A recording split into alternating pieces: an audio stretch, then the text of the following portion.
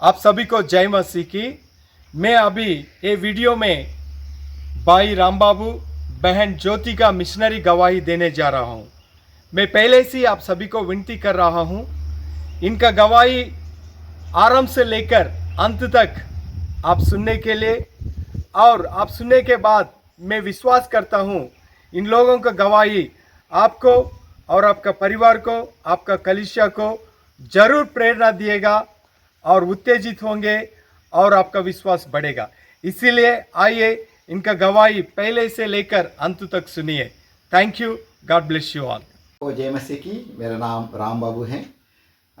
मेरा native place है आंध्र प्रदेश कृष्णा जिला मछलीपट्टनम का पास पिनमल्ली छोटे से गांव है, और वहाँ पर मैं पैदा हुआ। फिर मैं 7वीं क्लास पढ़ रहा था और उस समय मेरा उम्र है 14 साल है। और उस समय एक मेरा दोस्त है ब्रदर सुरेश, और उसने प्रभु के बारे में मुझे बताया था, राम बाबू यीशु मसीह को विश्वास करो। और उसी वक्त मैंने और प्रभु यीशु मसीह को विश्वास किया और मेरा अपने पापों को मान लिए हैं। और उसी समय परमेश्वर मेरा अंदर आया और मुझे शांति, खुशी, उद्धार मिला।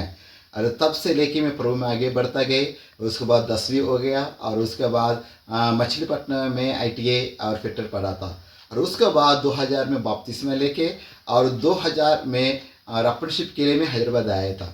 जब हैदराबाद आने के बाद वहाँ पर USA और मिनिस्ट्री होता है, और उसमें और अप्रेंटिसशिप करके और USA में और शाम का टाइम और स्टूडेंट के बीच में मैं बाइबल स्टडी लेता था। और उसके बाद और 2001 में और ब्रदर जॉन क्रिस्टोफर और उसने हिमाचल प्रदेश आया था। हिमाचल प्रदेश आके और 10 दिन रह के हिमाचल में और सर्वे किया। और उसके बाद हिमाचल में सेवक है कैसा हो रहे, कितने सेवक लोग हैं, सारे वीडियो निकाल के सर्वे करके 10 दिन रह के, और उसके बाद ब्रदर जॉन क्रिस्टोफर फिर हैदराबाद आ गई। फिर उसके बाद एक ऑडिट प्रेयर में और ब्रदर जॉन क्रिस्टोफर ने हिमाचल प्रदेश के बारे में शेयर किया था। और उस टाइम में और मैं भी था और मेरा साथ और 20 लोग भी हैं, और हम सब मिलकर और बोझ के साथ और एक बढ़न के साथ बोझ के साथ हम सारे हिमाचल प्रदेश के लिए, पूरा हिमाचल प्रदेश हम प्रार्थना किए थे। फिर उसके बाद और सुबह के दिन मैं क्वाइट टाइम करता था, और सुबह उठ के और बाइबल पढ़ना मेरी आदत है। और इसलिए मैं सुबह और 4 बजे मैं बाइबल और खोल के मैं पढ़ रहा था। और उस समय एक वचन के द्वारा परमेश्वर मेरे से बात किया, और मार्क सुसमाचार और 28 अध्याय और मार्क सुसमाचार 10 अध्याय 28 से 29 आयत, उसमें ऐसे लिखे कि मेरा नाम के लिए और भाई बहन और जमीन सब छोड़कर जाता है, और उनके लिए पृथ्वी के साथ स्वर्ग में भी 100 गुना फल मिलेगा। जब ये वचन मैंने पढ़ा था, उसी वक्त और मेरा अंदर एक बड़ा से बोझ आया, और परमेश्वर ने मेरे से बात की है कि और मुझे हिमाचल प्रदेश जाने के लिए, और मुझे तो पता चल गई प्रभु मुझे ही बुला रहे हिमाचल के लिए। फिर उसी वक्त उसी समय मैं आज्ञाकारी बन के घुटने टेक के प्रार्थना किया, प्रभु आप मेरे लिए, आप मुझे हिमाचल के लिए बुला रहे। फिर अभी तो मुझे हिंदी नहीं आते हैं, प्रभु मुझे हिंदी सिखा कर, और जब समय आएगी समय के अनुसार आपकी इच्छा के अनुसार मुझे हिमाचल प्रदेश लेके जाओ। और ऐसे मैंने प्रार्थना किया। फिर प्रार्थना करने के बाद और मैं इंतजार कर रहा था प्रभु कैसे मुझे हिंदी सिखाएगा। फिर उसके बाद और 2002 में और DRDO में और नौकरी मिला था, और मैं टेक्नीशियन था। फिर उसके बाद और मैं सेट हो गई 2002, और मैं छत्तीसगढ़ स्टेट जगदलपुर फिर वहाँ चले गए। फिर वहाँ पर और 2 साल मैंने नौकरी किया था। वहाँ पर हिंदी है, Hindi must and should, Hindi सीखना पड़ा। फिर 2 साल मैंने वहाँ पर हिंदी सीखा था, क्योंकि और अच्छा नौकरी है। और वहाँ पर मैं रैकेट फिट करता था, रैकेट मिसाइल फिट करके, और हम इसरो भेजते थे। फिर ये जॉब मैं करता था, 2 साल किया। फिर 2 साल में और मुझे हिंदी अच्छे से आ गई। हिंदी आने के बाद फिर मैंने एक बार प्रार्थना की, प्रभु मुझे हिंदी सिखा दिया। फिर मैं अभी जॉब को मैं रिजाइन कर रहा हूँ। फिर मैं सोच कर मैं प्रार्थना करके मैंने 2004 में नौकरी को मैंने रिजाइन कर दिया। रिजाइन करके फिर उसके बाद घर में बताया, प्रभु ने मेरे से बात की, मैंने जॉब को रिजाइन कर दिया। फिर उसके बाद भैया ने बोला कि घर आ जाओ। फिर उसके बाद मैं 2004 में अगस्त में मैं हमारा गांव मछलीपट्टनम के पास पेनमल्ली में घर आ गया था। फिर उसके बाद हैदराबाद में TVL में द बाइबल लीग, वहाँ पर मैंने बाइबल ट्रेनिंग किया था और वहाँ पर BD लिया। फिर उसके बाद 2006 मार्च सेवा के लिए मैं आना था। फिर उसके बाद मुझे पता नहीं है हिमाचल प्रदेश कहाँ जाना, हिमाचल कहाँ पर है। फिर मैंने ये किया है कि जिसने मुझे और बताया था हिमाचल के बारे में, जॉन क्रिस्टोफर, और उनके पास गए था मैं। फिर वहाँ जाके और उनसे पूछा कि और हिमाचल कैसे जाना और क्या है, और वहाँ पर कुछ कॉन्टेक्ट नंबर देने के लिए मैंने बताया। फिर उसने मुझे गाइड किया था। फिर उसके बाद हिमाचल में कुछ लोग हिंदी लोगों का और कुछ लोग तेलुगु का और मिशनरी सेवा के करने वाला और फास्टर लोगों का और कुछ कॉन्टेक्ट नंबर दिया था, वो लेके फिर उसके बाद मैं 2006 मार्च 18 तारीख को पहली बार मैं हिमाचल प्रदेश आ रहा था। फिर मेरे पास 25,000 रुपये हैं, क्योंकि मैंने नौकरी का अपना रिजाइन करने किया था और वहाँ का PF प्रोविडेंट फंड आया था। फिर 25,000 लिया। फिर उसके बाद किसी ने मुझे गिटार गिफ्ट दिया, वो भी है, और एक बैग सर्टिफिकेट्स कपड़ा लेके आ रहा था। फिर मैं विजयवाड़ा से लेके और दिल्ली तक आ गई। 2006 मार्च 18 को तारीख को मैं विजयवाड़ा बैठा था, 19 को मैं दिल्ली आ गई। फिर दिल्ली से ऊना हिमाचल प्रदेश अभी हम रह रहे, पर यहाँ आना था क्योंकि यहाँ पर ट्रेन है ऊना हिमाचल एक्सप्रेस। क्योंकि यहाँ पर एक तेलुगु मिशनरी रहता था उस समय 2006 में। फिर इसलिए दिल्ली से और हिमाचल के लिए मैंने ट्रेन में बैठ गई, क्योंकि मैं जनरल में आ रहा था। फिर उस समय बैठने के बाद ट्रेन मूव हो गई, आधा घंटा हो गई। फिर मेरे सामने बैठने वाला और चॉकलेट निकाला, सबसे पहले उन्होंने खाया। फिर उन्होंने खाने के बाद फिर उसके बाद मुझे दी। फिर मैंने सोचा उन्होंने खाया, उनको कुछ नहीं हुआ। फिर उसके बाद मैंने भी खा लिया। फिर मैं खाने के बाद और मुझे नींद आ गई। फिर उसके बाद मैंने सो गया। फिर उसके बाद मेरे जीवन में क्या हो रहे क्या होने वाले मुझे कुछ भी पता नहीं, अनकॉन्शियस में चले गए। उसके बाद दूसरा दिन सवेरे मॉर्निंग ऊना हिमाचल प्रदेश ट्रेन आ गई, लास्ट स्टॉप है। फिर सब उतर गए, मुझे पता नहीं। फिर उसके बाद ये ट्रेन फिर पंजाब नंगल डैम है, फिर ऊना से लेके और नंगल डैम तक 25 किलोमीटर दूर है। फिर वहाँ चलेगी ट्रेन, फिर उधर पूरा दिन भर वहीं पर रहती। फिर रात को फिर ऊना आके दिल्ली जाती है। फिर इसलिए और नंगल डैम जाने के बाद वहाँ पर ट्रेन को क्लीन करने वाला मुझे देखा था। फिर उन्होंने मुझे उठाने के बाद तब मुझे होश आया, और तब मैं देखा मैं कहाँ पर हूँ। तब उन्होंने बताया ये नंगल डैम है। फिर उसके बाद मैंने देख रही तो पैसा नहीं है, और उसके बाद गिटार नहीं है, और उसके बाद मेरे चप्पल भी पर्स भी सब उन लोगों ने चोरी कर लिया। चोरी करके ले गया, उतर के पता नहीं उन लोग कहाँ उतर गया, क्या किया, मेरे पास कुछ भी नहीं है। फिर उन लोग उसके बाद मुझे उन लोगों ने, मैं बहुत कमज़ोर हो गया था। फिर उसको उन लोगों ने एक गवर्नमेंट हॉस्पिटल मुझे लेके गया, दोपहर से लेके शाम तक वहाँ पर लेके गए। वहाँ पर सिलेंस लगाया। फिर शाम को फिर रेलवे स्टेशन में लेके आए, तो वहाँ पर रेलवे पुलिस RPF लोग होता है, और उन लोग ने सारे FIR लिखा, अब कहाँ से आया, क्या क्या चोरी हो गया, फिर सारे पूछे थे। फिर मैंने सारे बता दिया, उन्होंने FIR किया, कोई बात नहीं, हम इंक्वायरी करेंगे, फिर हम इसके लिए हम ढूंढेंगे, इंक्वायरी करेंगे। फिर उसको उन्होंने पूछा कि आपके पास कुछ पैसा है? फिर मैंने बताया मेरे पास कुछ भी नहीं है। फिर उन्होंने एक 100 रुपये निकाला, मुझे 100 रुपये दिया। फिर अभी शाम हो गई, ये ट्रेन अभी ऊना जा रहे, अब यहाँ पर बैठ के आप फ्री में चले जाओ। फिर उसके बाद वो ट्रेन में बैठकर मैं ऊना आ गया। ऊना आके यहाँ पर जो सेवकें करते हैं और एक फास्टर हैं, यहाँ आंध्रा का है, फिर उनको मैंने फ़ोन लगाया, फिर उनको फ़ोन किया, फिर वो आके मुझे रिसीव किया। फिर उसके बाद घर जाने के बाद मैंने पूरा रात मैंने प्रार्थना की, प्रभु मैं आपके सेवा के लिए आया और मेरे पास पैसा भी नहीं, कुछ भी नहीं, क्या करना मुझे पता नहीं चल रहे। फिर उसके बाद मैंने रोक के प्रार्थना किया। प्रार्थना करके फिर दोबारा फिर मैंने बाइबल ओपन करके मैंने बाइबल पढ़ा। उस टाइम वचन के द्वारा प्रभु मेरे से बात किया। यशायाह का पुस्तक 54 अध्याय 54 का 7 आयत में वहाँ पर लिखा कि क्षण भर के लिए मैं तुझे छोड़ दिया, उसके बाद बड़ी दया के साथ मैं तुझे संभालूंगा। फिर जब मैंने ये वचन पढ़ा था, फिर उसके बाद मुझे मन में हिम्मत आया सोचा कि जब भी मैं मरे जिए मैं यहीं पर हिमाचल में ही मैं सेवकाई करना, मैं आंध्र नहीं जाना है। प्रभु आप मुझे अभी यहाँ से आप मुझे चलाइए, आप मुझे पोषण कीजिए, आप मेरे हर एक जरूरत को पूरा कीजिए। वैसे प्रार्थना किया, समर्पित कर लिया। फिर उसके बाद एक मेरा दोस्त ने आके कुछ अमाउंट हेल्प किया, और उसको लेके यहाँ से और 70 किलोमीटर दूर है और हमीरपुर डिस्ट्रिक्ट नदौन, और वहाँ पर गया। वहाँ पर एक रूम लिया। रूम लेने के बाद फिर वहाँ पर 1 महीने तक लगभग 1 महीने तक वहाँ पर रहा।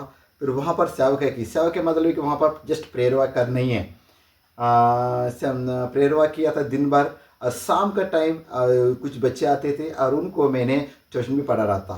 फिर एक दिन 2006 मई और 20 तारीख एक घटना हुआ है। पहले दो व्यक्ति आए थे जो मसीह के विरोध लोग हैं। दो लोग आए था, दो आके पूछे कि आप क्या करता है। फिर मैंने कि मैं प्रार्थना करता हूँ, उसके बाद बच्चों को ट्यूशन भी पढ़ाता हूँ। फिर आप बोलते नहीं आप धर्म परिवर्तन कर रहे हैं। फिर उसने एक ने मुझे मारा है, थप्पड़ मारने के बाद मुझे दर्द लगा। फिर उसके बाद मैंने प्रार्थना की मन में, और प्रभु इनको क्षमा कर, प्रभु उनको क्षमा कर, क्या कर रही है इनको ये लोग जानता नहीं है। फिर प्रार्थना करने के बाद उसके बाद 23 लोग आ गया, तो 25 लोग 2 घंटे तक मुझे मारा, 2 घंटे तक मारा। फिर मैंने प्रार्थना करने के बाद वो लोग 2 घंटे तक मारा 25 लोग। फिर एक भी मुझे नहीं लगा। प्रभु और अपना हाथों में मुझे उठा कर रखा, क्योंकि ये सिचुएशन में मरने तक मैं कभी नहीं बोलता, क्योंकि परमेश्वर ने और मेरे साथ रहा। 2 घंटा वो लोग मार के मेरे गोलों तक गया, मुझे कुछ भी नहीं हुआ। परमेश्वर को महानता को मैंने अपना आंखों से मैंने देखा है। फिर ये हो गया, फिर लोग 2 घंटा मार के लोग तक गए। फिर शाम का टाइम लोग अपना उनका घर लेके गया, लेके एक रूम में मुझे बंद कर दिया। बंद करने के बाद और मेरे बारे में सोच रहे थे इस राम बाबू को हम क्या करें। फिर उसके बाद सोच रहे थे वहाँ पर एक ब्यास नदी है, और पैर हाथ बांध के उसमें हम डाल देना, नहीं तो छोड़ देना। फिर मुझे ये बात सारे सुना दे रहे। फिर मैंने घुटने टेक के प्रार्थना किया, प्रभु आप जीवित रहे तो जीवित रहो, अगर समय हो गया तो आप ले जाइए। ऐसे प्रार्थना करके मैंने सो गया। फिर रात को उन्होंने कुछ नहीं किया, सुबह हो गई। फिर डोर को खोला और ओपन किया, मुझे बुलाया। फिर मैंने बाहर आया, मेरा फ़ोटो लिया। फिर उसके बाद मेरा नाम ही और आप कहाँ से आए, क्या कर रहे, और सब लिखा। लिखने के बाद और अब यहाँ पर नहीं रहना और आंध्र प्रदेश आप चले जाओ।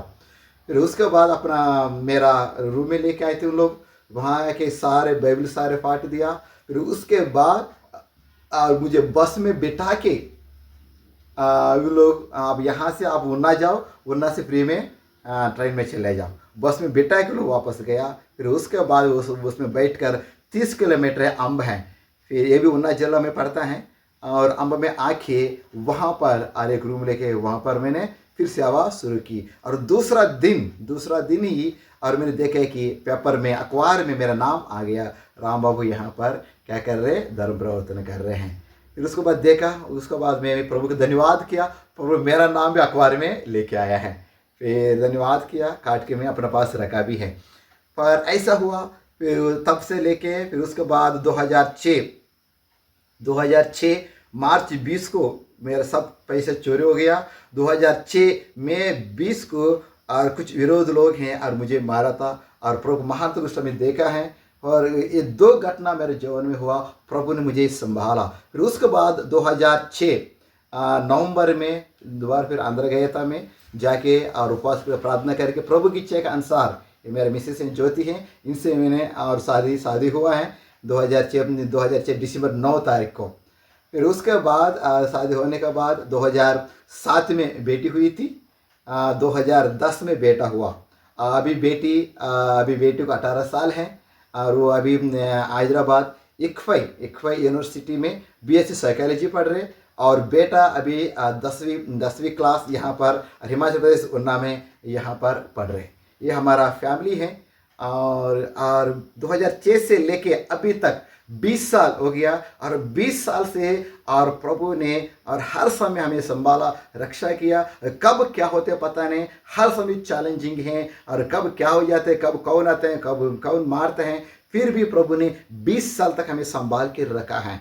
फिर उसके बाद 2014 में हम अम्ब से लेके फिर हम उना आए थे, उना हिमाचल आए थे 2014 मार्च में। फिर आने के बाद हम एक रूम किराए में लिया, वो इंडिपेंडेंट हाउस है, और इसलिए और वहाँ पर मकान मालिक नहीं रहते हैं, सिर्फ अम्मी हैं, इंडिपेंडेंट हाउस है। और इसलिए 2014 अगस्त 28 तारीख को 2014 अगस्त 28 तारीख को एक घटना हुआ है। मेरा मिसेस के ऊपर अच्छा प्रयत्न किया है, फिर वो अभी मेरा मिसेस बताएगी। सबको जय मसीह की। मेरा नाम ज्योति है, और 2014 में और अगस्त 28 तारीख को फिर शाम की टाइम रात को 8 बजे के ऐसे टाइम में पास्टर जी घर पे नहीं थे। पास्टर जी सेवा के निमित्त पंजाब गए थे। फिर उस टाइम फिर मैं अकेली और बच्चे छोटे थे, फिर बच्चे सो रहे थे, फिर मैं प्रेयर कर रही थी। फिर हमारे घर में फिर कोई ना कोई आते थे, कोई विश्वासी, कोई भाई बहन, कोई ना कोई आते थे। फिर मेरे को मतलब कॉलिंग बेल बजाया था। फिर मैंने सोचा है कि हम अपने घर पे कोई ना कोई विश्वासी हैं, आते हैं। फिर मैं एकदम से दरवाज़ा खोल दिया। जैसे मैंने दरवाज़ा खोला तो दो बंदों ने क्या किया है कि एक मास्क पहन के दोनों ने फिर मेरे ऊपर हत्या प्रयत्न किया था। फिर उस टाइम फिर आके मेरे को दीवार के साथ मेरा हाथ मुंह बंद करके फिर मेरे को धमकी देना शुरू किया था। आप लोग इधर सेवा नहीं करने, इधर सेवा करने तो आपको मार देंगे करके मेरे को धमकी दिया। और उसके बाद एक चाकू निकाल के मेरे ड्रेस फाड़ दिया और मेरे पेट के ऊपर और हाथों के ऊपर उन्होंने चीरा लगा दिया। चीरा लगा के फिर उन्होंने धमकी दे के अगर यहाँ पे आप लोग रहने तो मैं आप लोगों को मार देंगे करके, इधर सेवा नहीं करना आप लोगों को, इधर यीशु मसीह के बारे में नहीं बताना करके उन लोग धमकी दे के चले गया था। फिर मेरे को पता नहीं लगा कि एक स्वप्न के जैसे मतलब मेरे जीवन में हो गया था। फिर उस टाइम फिर मैं देखा कि फिर मेरे को खून निकल रहा था। फिर मैं डर गई थी, फिर रो रही थी। फिर 10 बजे के करीब पास्टर जी आया था। फिर पास्टर जी देख के भी डर गए थे। फिर बोल रहे हैं कि क्या हुआ। फिर मैंने सारे सिचुएशन को बताया था, मेरा ऐसा ऐसा हुआ है।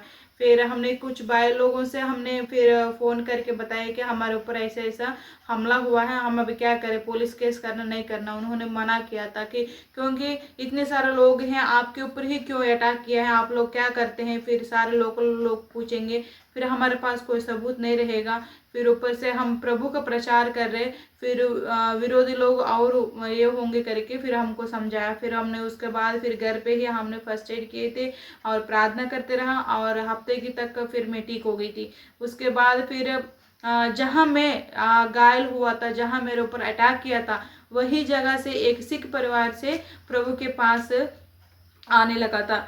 फिर जैसे मैं शाम के टाइम प्रेयर के लिए जा रहे थे वॉकिंग पे, फिर एक घर में मैं गई थी। फिर उनको मैंने सुसमाचार सुनाया था, सिख परिवार थे। फिर उन्होंने यीशु मसीह के ऊपर विश्वास किया, वो अभी भी छेड़छाड़ी है। फिर हमने बहुत सारे मुश्किलें, बहुत सारे हमने समस्या हमने फेस कर रहे थे, क्योंकि इधर आसपास पड़ोसी लोग हमसे कोई बात नहीं करते हैं, क्योंकि वो लोग सोचते हैं कि ये बाहर के लोग हैं, इधर धंधा करते हैं, इधर क्या बोलते हैं कि धर्म परिवर्तन करवाते करके फिर हमसे कोई भी बात नहीं करते हैं। ऐसी सिचुएशन में हमारी बेटी है, वो भी बहुत डिप्रेशन में चली गई थी। एक टाइम ऐसे चली गई थी, डिप्रेशन में चली गई थी, क्योंकि फिर स्कूल में जाते थे, उनके साथ कोई दोस्ती नहीं करते, क्योंकि सभी बच्चे मजाक उड़ाते थे, आपके पापा धंधा करते हैं, आपके पापा धर्म परिवर्तन करवाते हैं, आप लोग काले हैं, आप इधर के नहीं हैं, ऐसे करके बहुत मजाक उड़ाते थे बच्चों के साथ कोई फ्रेंडशिप नहीं करते थे बच्चे। फिर मेरी बेटी थी, वो बहुत डिप्रेशन में, 1 साल तक उसने डिप्रेशन में रही थी। एक टाइम ऐसी थी कि उसके 80-90% आती थी, फिर उस टाइम उसको 50-60-70 तक फिर उसकी परसेंटेज गिर गई थी। हमने बहुत डर गए थे कि 10th क्लास पास होगी नहीं होगी करके। फिर भी प्रभु की दया से उसने 10th क्लास में अच्छी मार्क्स के साथ उसने पास हुआ था। फिर ये प्रभु के काम है। हमारे जीवन में बहुत सारे समस्या आती हैं, बहुत सारी मुश्किलें आ रही हैं, फिर भी प्रभु हमको संभाल के रखा है। हमारे दुखों को, हमारे परेशानियों को कोई भी इधर सुनने वाला नहीं होते, लेकिन एक परमेश्वर हमारा हर एक समय में हमारा साथ देते हैं। वैसे हम 2006 से 2006 मार्च से लेके 2026 मार्च तक हम आके 20 साल हो गया। इस 20 साल में हम हमारे जीवन में काफ़ी हमने देखा है, काफ़ी हमने फेस किया है, प्रॉब्लम्स फेस किया है, पर आज तक हम जिंदा हैं, आज तक हम सेवा कर रहे हैं। ये सिर्फ ये प्रभु का अनुग्रह है। हमारे लिए बहुत लोग प्रार्थना कर रहे हैं और इसलिए और इस 20 साल में प्रभु ने बहुत संभाला और प्रभु का महानता को और हमने अपना आंखों से हमने देखा है। इतना बड़ा महान परमेश्वर है, क्योंकि यहाँ पर हमें देखने वाला परमेश्वर कोई भी नहीं है, क्योंकि यहाँ पर सेवक लोग भी कम हैं। और इस हिमाचल में कई लोग, सैकड़ों लोग ऐसे हैं कि यीशु मसीह का नाम भी अभी तक नहीं सुना है। शहर में हैं कुछ लोग सुनते हैं और कुछ लोग पढ़े लिखे लोगों को पता है, पर गांव में कई लोग यीशु मसीह का नाम भी पता नहीं है। फिर एक व्यक्ति से मैंने पूछा कि आप लोग क्या करते हैं, तब मैंने कहा हम प्रार्थना करते हैं। किससे प्रार्थना? हम यीशु मसीह का। फिर उसने बताया कि क्या उषा मिशन है, ऐसे बोला है, क्योंकि उनको यीशु मसीह नाम भी नहीं सुना है। फिर हम ऐसे लोगों को यीशु मसीह के बारे में बता रहे हम और एक एक व्यक्ति को इसमें इसके बारे में बता रहे, हम उनको बपतिस्मा दे रहे। क्योंकि हमें पता है कि ऐसे लोगों को हम एक प्रभु के बारे में बता के हम बपतिस्मा हम देने तो हमारा मन में बहुत आनंद होता है। और ऐसे हम सेवा कर रहे, प्रभु हमें संभाल रहे और हमें रक्षा कर रहे हैं। क्योंकि यहाँ पर 2007 में और हिमाचल प्रदेश में एंटी करप्शन बिल आया था और तब से लेकर अभी भी ये चल रहे। अगर हम ट्रक्स देते हैं, नहीं तो ओपनली हम मीटिंग करते हैं, तो घर घर जाके हम उस पर सुनाते हैं, ये सब बैन किया हिमाचल प्रदेश में है। और ऐसे करने तो और 5 लाख अमाउंट देना है और उसके बाद 10 साल तक और कैद में रहता है। और ऐसे हिमाचल प्रदेश में हम सेवा कर रहे हैं और कब क्या होता है हमें पता नहीं होता है, फिर भी ये चैलेंजिंग है। और हिमाचल प्रदेश के लिए आप प्रार्थना कीजिए। और हिमाचल प्रदेश में और 12 जिला हैं, 12 जिला में और वना जिला में हम सेवा कर रहे हैं। और हिमाचल प्रदेश में और 0.2 और क्रिश्चियन परसेंटेज हैं और बहुत फ्यू बिलीवर्स हैं और जो यहाँ पर आता है। और क्योंकि प्रभु का अनुग्रह है इस 20 साल में, और प्रभु ने और 2 कलीसिया हमें दिया है। और ये कलीसिया इधर हिमाचल प्रदेश और वन्ना में है, इधर लगभग 45 लोग आते हैं। और एक कलीसिया और नंगल पंजाब स्टेट है, और जहाँ पर और मैंने हॉस्पिटल एडमिट हुआ था और वो पंजाब स्टेट है। पर वहाँ पर और 15 लोग आते हैं।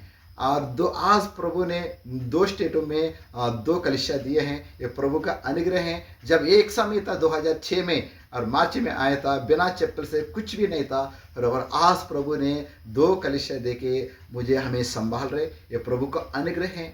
और हमारे लिए, हमारा परिवार के लिए भी आप लोग प्रार्थना करना है, क्योंकि हमारा आप लोगों का प्रार्थना का सपोर्ट हमें ज़रूरत है। सबको जय मसीह की, जय मसीह।